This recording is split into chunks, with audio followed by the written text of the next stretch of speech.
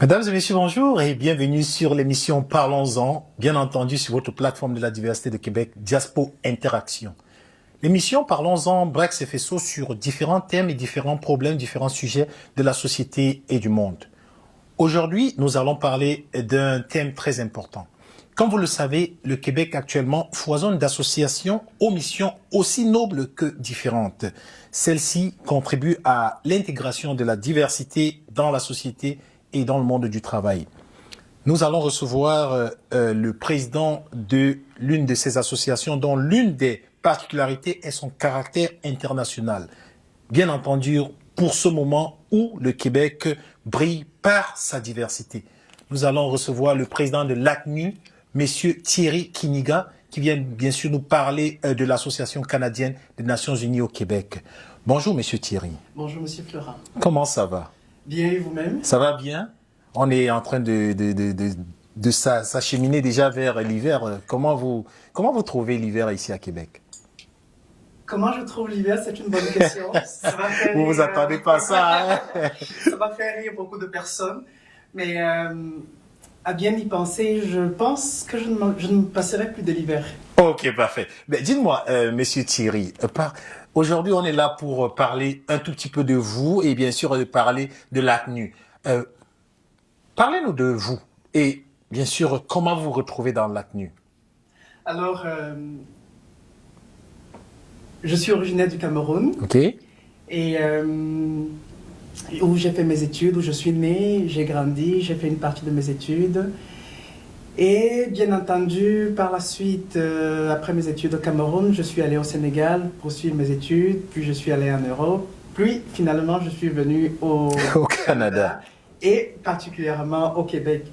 Et donc j'ai fait ma maîtrise en travail social à l'Université Laval, que j'ai terminé il n'y a pas très longtemps, avec un profil recherche.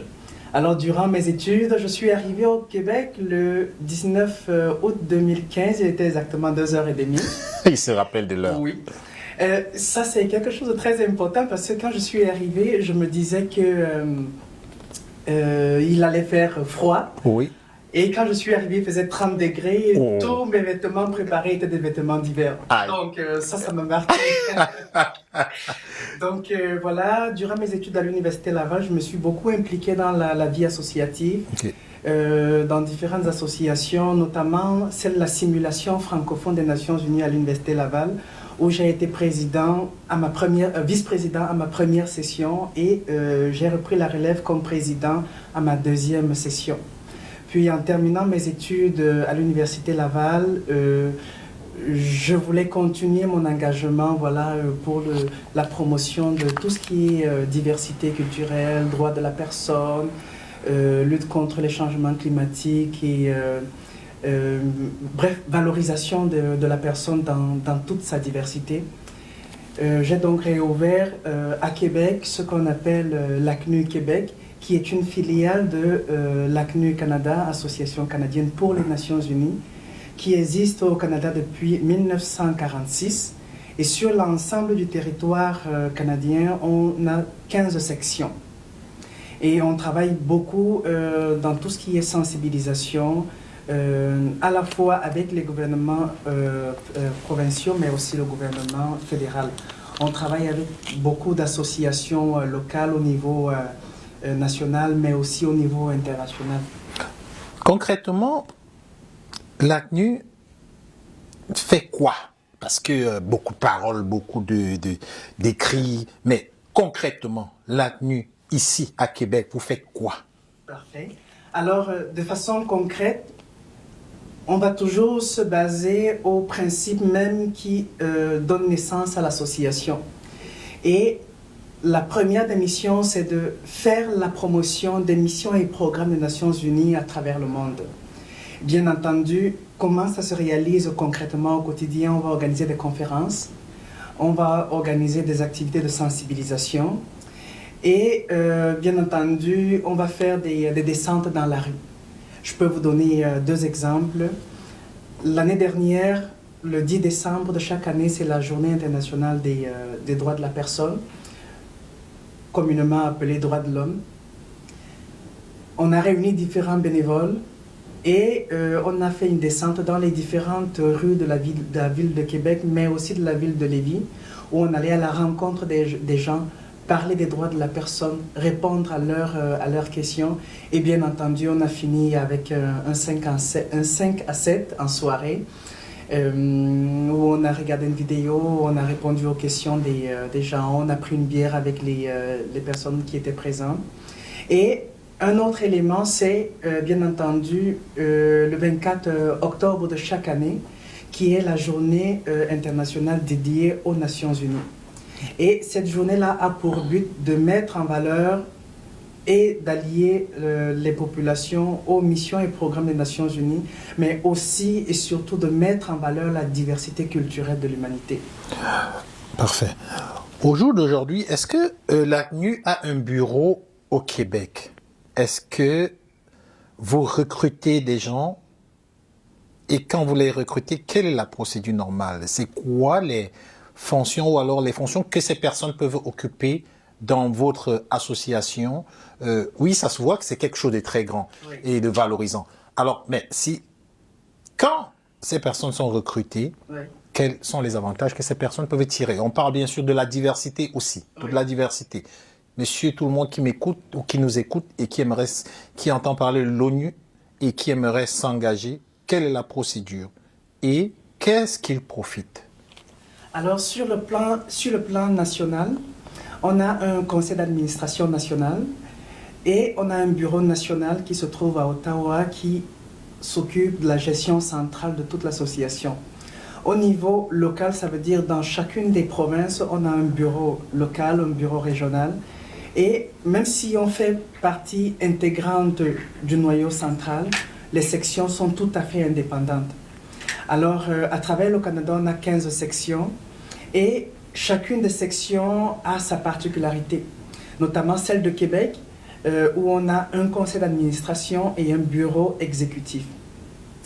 Alors, au niveau du conseil d'administration, on a bien entendu des profils très, très, très variés. On a des diplomates à la retraite, on a des professeurs d'université, on a des travailleurs sociaux. Voilà. Et ce sont toutes des personnes qui viennent non seulement du Québec, mais aussi de d'autres pays. Au niveau du bureau exécutif, on a un bureau exécutif qui est actuellement composé de 11 personnes. Et ces personnes sont ont des profils tout aussi variés en termes de profil professionnel, mais aussi en termes d'origine. On a des Rwandais, on a des Camerounais, on a des Ivoiriens, on a des Québécois, on a des Français, on a des Nigérians. Bref, les profils sont assez variés. Alors, une fois qu'on veut devenir membre de l'association, devenir membre de l'association nous confère automatiquement le titre de citoyen du monde des Nations Unies. On devient citoyen des Nations Unies. Vous devenez citoyen du monde des Nations Unies et vous recevez votre carte.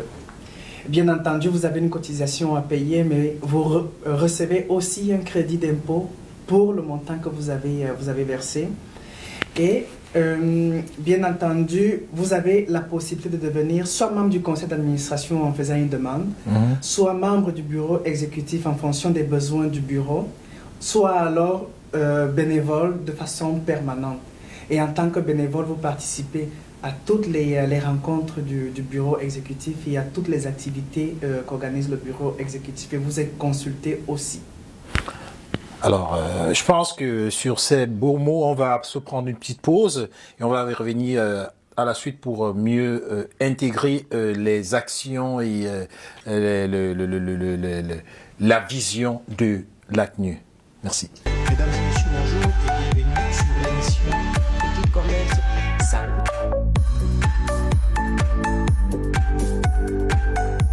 Avec quelqu'un de très engagé.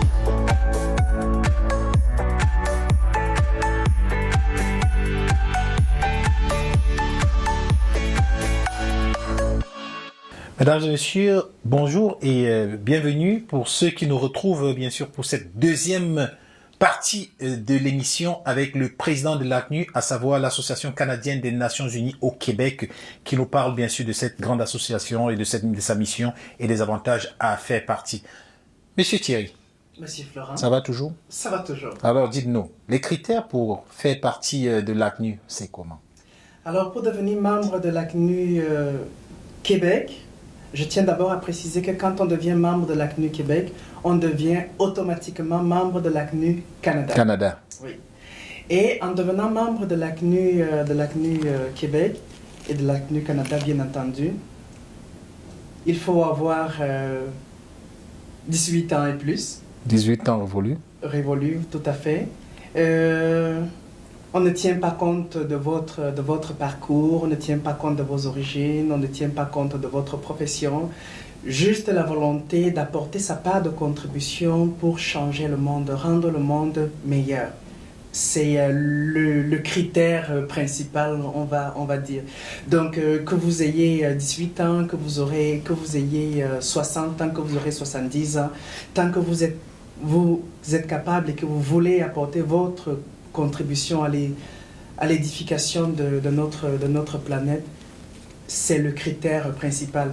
Bien entendu, on vous demandera de remplir un formulaire, de payer votre cotisation annuelle et que vous recevrez par la suite une confirmation d'inscription et votre carte de citoyen du monde par la poste.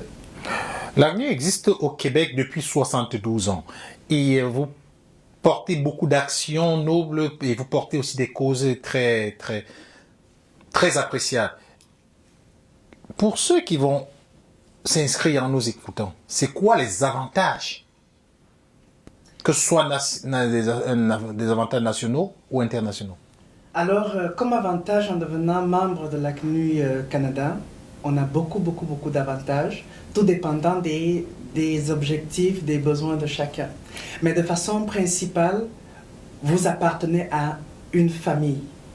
Parce que à l'ACNU Québec et à l'ACNU Canada, on se veut être une famille. Vous échangez de temps en temps? On échange énormément. Et nos rencontres, par exemple, se déroulent un peu partout. Question de resserrer les liens. Ça peut être au domicile de membres, ça peut être dans un pub, dans un restaurant, afin de resserrer les liens. Donc vous vous soutenez? Entre les membres. On se soutient.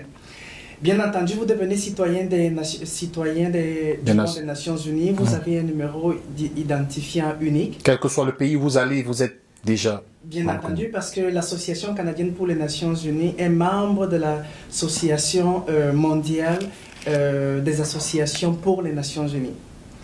Et bien entendu, vous avez la possibilité d'assister à toutes les réunions, les assemblées générales nationales de l'association. Combien vous en tenez?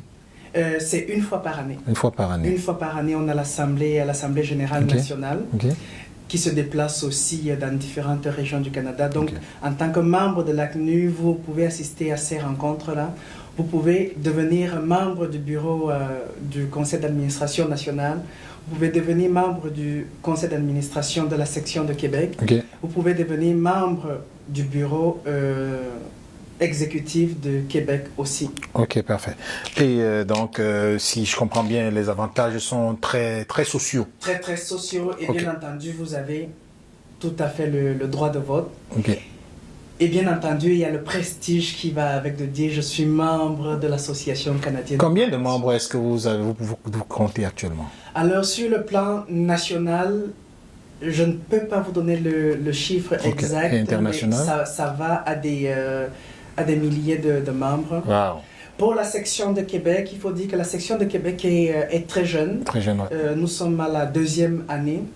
Il y avait auparavant des bureaux à Québec, mais qui malheureusement avaient fermé.